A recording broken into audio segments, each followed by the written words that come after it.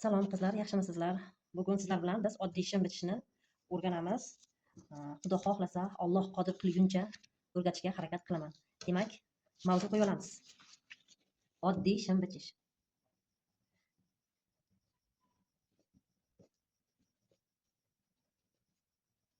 Men bu uslubda juda ko'p bichganman. Shimlar klientlarimga yoqqan.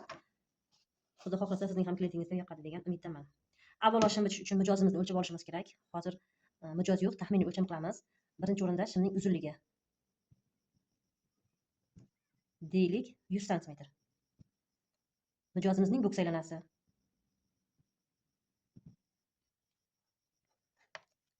Deylik buni 98 sm. Bel aylanasi 88 sm. Endi bizda shim bitishda mijozimizning o'tirish balandligini o'lchashimiz kerak. Mijozning o'tirish balandligi bu stul bo'ladigan bo'lsa, deylik bu stul, mijoz mana shu yerga mana shunday o'tirishi kerak. Mijozimiz qayerdan kiyadi shimni? O'sha joyidan stulgacha bo'lgan masofani o'lchaymiz. Hozir bizda deylik bu o'tirish balandligi 24 sm.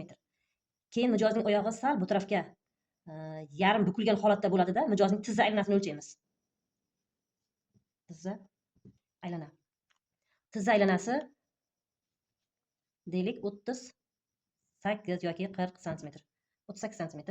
Hozir men taxminiy o'lchamlar aytaman, lekin bularni siz o'lchab, mijozingizning aniq o'lcham asosida tayyorlaysiz.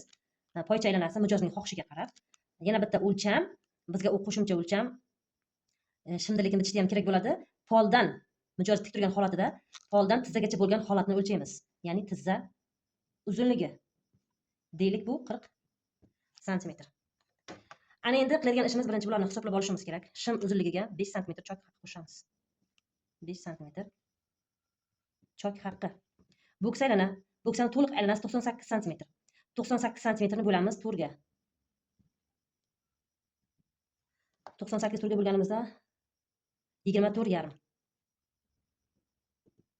Bunga qo'shamiz 2 sm chok haqqi. Bel aylana 88, 4 ga bo'lganimizda 22 sm. Bunga ham 2 sm chok haqqi qo'shamiz. O'tirish balandligi 24 sm. Buni bitish jarayonida tushuntirib o'taman. Tizza aylanasini 2 ga bo'lamiz. 2 ga bo'lganimizda 19 sm. Poycha bu tizza balandligini ham hozir men tizza uzunligini ham bitayotgan vaqtda sizlarga tushuntirib o'taman. Birinchi qiladigan ishimiz materialni endi tasavvur qilasiz. Bu listni oddiy list emas, gazlama. Gazlamada to'g'ri qilib chizib olamiz. Masshtabli linkada qizlar bu. Masshtabli linkada chizib ko'rsataman. 100 sm ga 5 qo'shganimizda 105 sm bo'ladi. Tak. Hozir bu hisob kitob yerda tursin, boshqa listga qilmasam sig'may qolar narsalarimiz.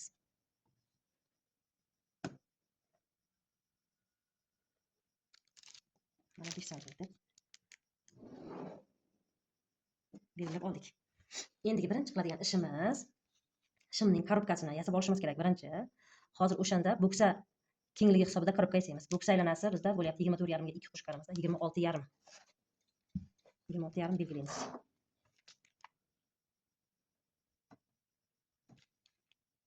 Mana 26,5 x qilamiz qizlar.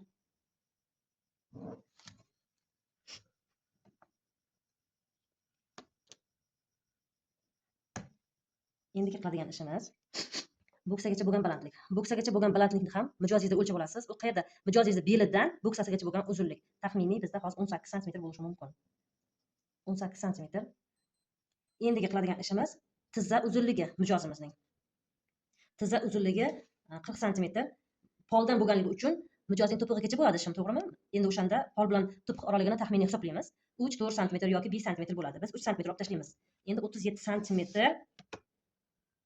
tizza balandligi. Tizza balandligini belgiladik. Endi qiladigan ishimiz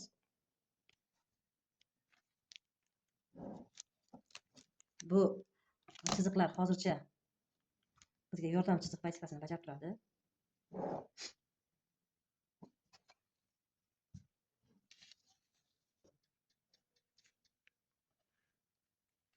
Endi mana bu joydan bo'ksa uzunligi 24,5, 2 qo'shganimiz 26,5. 26,5. Demak, bo'ksa kengligi hisobida korobkamiz yarim tayyor holatda. Endi qiladigan ishimiz bel aylanasi. Mijozimizning bel aylanasi 88 sm to'rga bo'lganimizda 22 sm chiqdi. 22 sm 2 sm chok haqiga qo'shdik. Yana 2 sm bitochka haqi qo'shamiz. O'shanda 26 sm bo'ladi. Yarim santimetr shirdirkamiz yaxshi. Mana bu joydan qizlar o'tish balandligini tushamiz. O'tish balandligimiz 24 sm edi. Mana bu joyga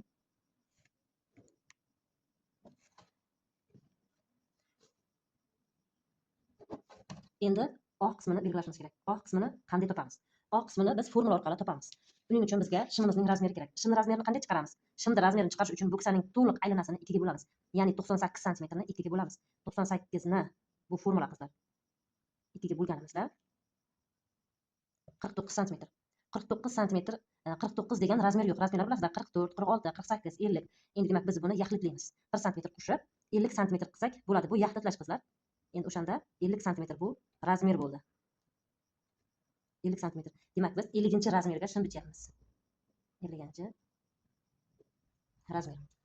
Endi 50 ni bo'lamiz 10 ga. 5 sm. Demak oq qismiga 5 sm chiqamiz. 5 sm chiqamizda mana bu joyni ovalniy qilib tutashtirib qo'yamiz. Chiroyli tuzishga harakat qilamiz qizlar. Endi qalamda ishlashimiz kerak. List ishlatgan vaqtda men hozir sizlarga yaxshi ko'rinish uchun ruchkada ishlayapman. Mana shunaqa nima qilgan joylarda o'chirib boshqatdan chizishlaringizga o'zlaringizga yaxshi. Mana bu joy jami necha santimetr? 31 santimetr. Demak, bu yerda ham 31 santimetrni belgilab olamiz.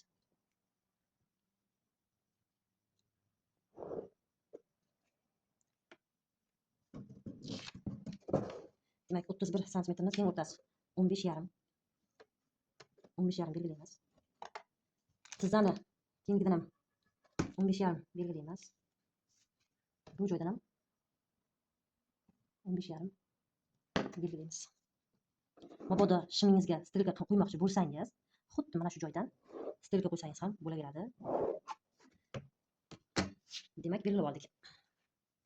Endi qiladigan ishimiz mana bu joydan 1-1,5 sm qorin hisobiga pastga tushamizda yon bilan tutashtirib qo'yamiz. Endi qiladigan ishimiz bizda qizlar tizza aylana mana bu joy tizza chizig'i edi, eslaringizda bo'lsa. Endi shu yerdan tizza aylanasini topib olishimiz kerak. Tizza aylanamiz bizda 38 sm ekan. 38 sm 2 ga bo'lganimizda 19 sm. 19 sm ni ham 2 ga bo'lamiz. 19 ni 2 ga bo'lganimizda 9,5. 9,5 bu tarafga, 9,5 bu tarafga nuqtadan chizishimiz kerak. 1 sm chok haqi berib chizamiz. Demak, 10,5 bu tarafga, 10,5 bu tarafga. Og'dan tizzagacha bo'lgan masofani tutashtirib qo'yamiz. Bu yoqda bo'ksadan tizzagacha bo'lgan masofani tutashtirib qo'yamiz. Mana shimimizning tepa qismi tayyor bo'ldi. Bu joylarini figurniy linkalar bilan sayqallashtirib, salgina ichkariga kirib chizib chiqamiz. Oxirida hal bularni ham ko'rsatib o'taman sizlarga. Endi qiladigan ishimiz poycha aylanamiz. Poycha aylanasi tizza aylanadan 10,5 edi-ku. Endi 1 sm kamroq qilib 9,5 belgilasak bo'laveradi.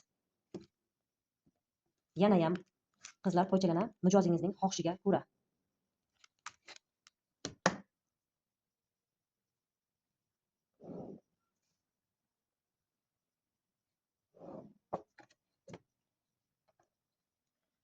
Bu qizlar shimimizning oldi asosi. Endi orqa asosini oldi asosga tayangan holda bajarishimiz kerak. Shu sababli men endi buni qizil ruchkada bajaraman. Orqa asosni bajarish uchun 2,5-3 sm chiqib olamiz mana bu joydan. Demak, 2,5 sm chiqdik. Oq tarafdan chap qo'l tarafimizga tepaga 3-4 sm chiqishimiz kerak. Demak, 3 sm ko'tarilib oldik. Ko'tarilib oldik. Oldidan o'zgargan joylarini belgilab chiqyapman. 3 sm og'ga qo'shamiz. Men ko'proq mana shu og'ni tizzagacha belgilab bichaman har doim, lekin bir xillar mana shu joyni oxirigacha belgilab chiqadi. O'zim uslubimda tushuntiraverayim sizlarga. Demak, mana bu joyni belgilab qo'yamiz mana.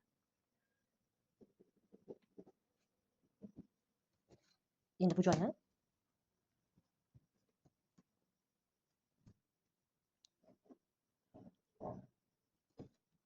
yonboshdan 2 sm chiqamiz. 2 belgilaymiz.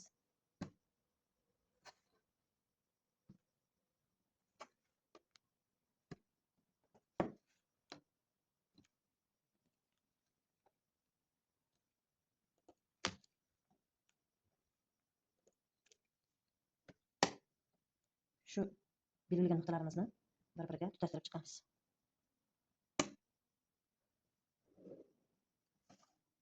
Oson uslubda bichiladigan shim asosi. Sizlarga yaxshi ko'rinish uchun ustidan. Keyin yana bitta qo'shimcha sizlarga, agar shimning oldiga gulfikcha qo'ymoqchi bo'lsangiz, mana bu joydagi qirqimchasini kesib olib tashlamaysiz. Mana bu joyda mana bunaqa gazlama bo'ladi, to'g'rimi qizlar? Endi men buni hozir sizlarga tushuntirish uchun chizyapman. O'zi aslida kerak emas. Gazlamachi bo'ladi, to'g'rimi? Oldi asosda ko'k ruchka bilan chizganlarim oldi asos qizlar. Qizil ruchka bilan chizganim orqa asos. Mana shu joydan 15 sm pastga tushib, mana 15 sm pastga tushib,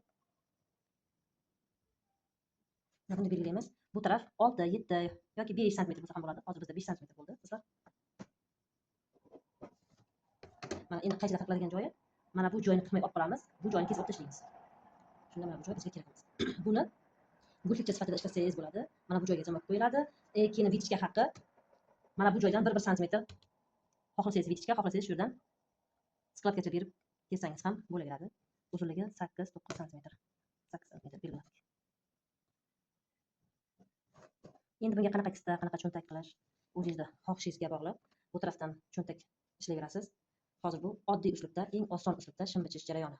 Agar qizlar video manfaatli bo'lgan bo'lsa, kanalimga obuna bo'ling va do'stlaringizga ham, tikishga qiziquvchi dugonalaringizga ham ulashing.